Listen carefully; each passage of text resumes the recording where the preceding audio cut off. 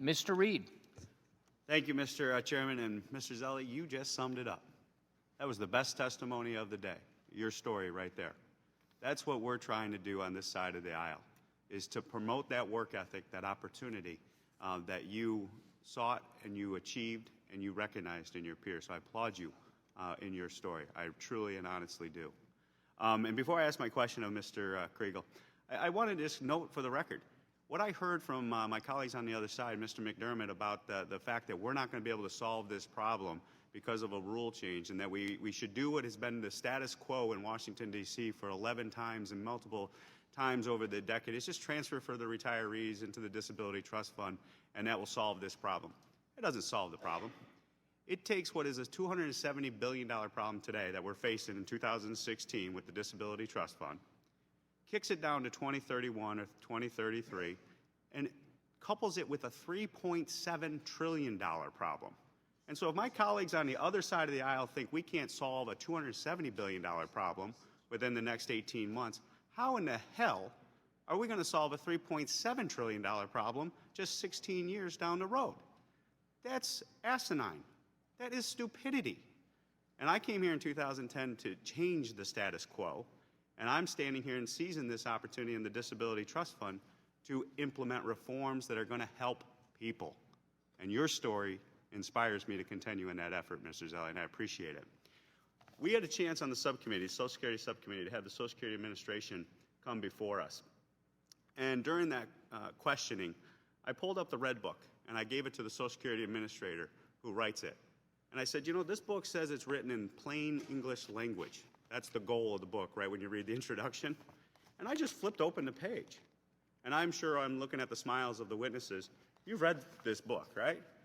This is DC speak like I wouldn't believe. This is not plain English. My favorite, the EPE begins the month after the TWP ends. If you're not working that month, the first 36 months of the EPA is your entitlement period. Then you got to deal with the SGA. Then the EPE is different than the EPX or the EXR. That's not plain English to me, ladies and gentlemen. So, Mr. Kriegel, you're contracted by Social Security Administration to teach counselors how to help people with the Work Incentive Program. How long does that program take? We would say in our training program that between training and testing and ongoing support, it takes about a year to get to a basic level of competence.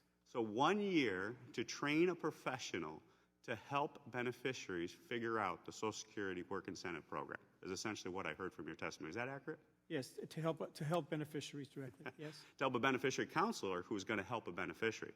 Right. So it takes 1 year to teach them this program. Right. And so our beneficiaries who don't have the benefit of that training, who don't have that level of professionalism when they deal with this situation, they're expected to know what this work incentive is on their own because of a red book given to them by the Social Security Administration. Is that that's generally the position of the administration? That's sort of where the state of the art is right now. Yeah, see, that's the problem. So when I read your testimony, I was so impressed with, and we saw common ground. Mr. T-Berry's question led to common ground, that we need to simplify this program. We need to simplify the work incentive program.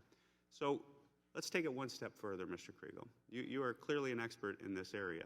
What are the top 3 things we can do to simplify this work incentive program from your perspective and your experience? Well, I think that the first thing is to always make work pay. Really try to work so that you're never going to go wrong betting on the willingness and the ability of individuals with disabilities who want to pursue their work goals.